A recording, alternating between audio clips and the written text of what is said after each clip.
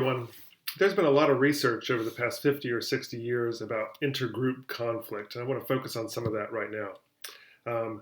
There's some really important literature here about the ways in which people form group attachments, and then the way that those group attachments then lead them to think very negatively about other groups of people. One of the most famous studies in this is called the Robbers Cave experiment, which was done in the 1950s and 1960s, in which two groups of boys at all boys camps in Arkansas, a place called Robbers Cave, Arkansas, hence the title. One group of boys went to one camp at one lake, and they were called the Eagles, and one group of boys went to another camp at a different lake, and they were called the Rattlers. And they were consistently fed information about the other camp. And what the researchers saw overwhelmingly is that over time, the more they talked to the Eagles about the Rattlers about the Eagles, the more the Eagles began to dislike the Rattlers, and the Rattlers began to dislike the Eagles. Right? So they began to form stronger group attachments among themselves and more negative group attachments to others that they perceived to be other or different or perverse or somehow foreign and away from them. One of the most famous campaign-specific studies was done in 2004 by a social psychologist at Stanford whose name is Drew Westen.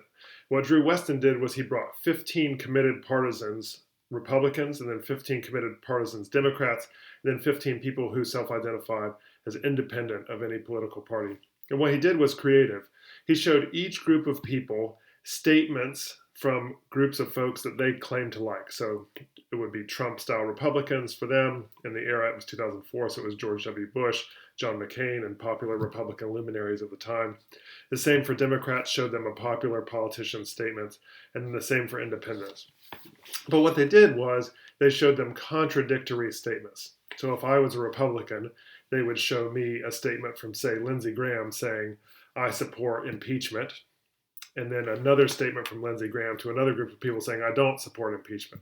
Or if I was a Democrat, they would show me something from, let's say, Joe Biden or Hillary Clinton that seemed like they were contradicting themselves. In one instance, he would say, Joe Biden, hypothetically, I'm strongly for the Second Amendment right to own firearms privately for American citizens. And then in another breath, show me a quotation that says that he doesn't support gun ownership on any level. So what they're designed to do is they're designed to show a conflict between reason and emotion.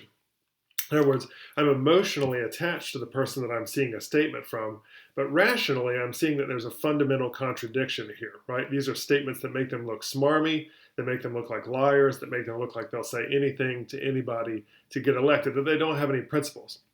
The results of the study are telling. So if I'm a Republican and I see a Democrat making a contradictory statement, overwhelmingly these partisans thought, there you go, there's another hypocritical Democrat in action.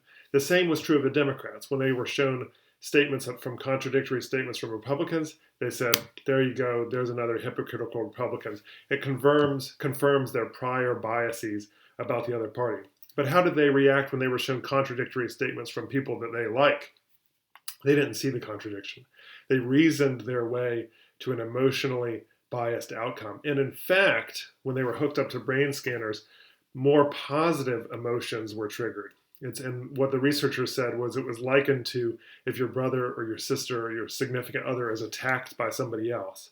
Even if you are in a fight with that person, even if I'm in a fight with my sister, if somebody I don't really know, if somebody down the street says something negative about my sister, not only am I going to defend her, but I'm going to feel even more positive attachments towards her now that she's under threat. The same was happening in this research. Even though these folks were being shown fundamentally and contradictory, logically impossible statements from people that they love, Hillary Clinton, Joe Biden, Donald Trump, they were figuring themselves to be more positively attached to these people because they were perceived to be under threat.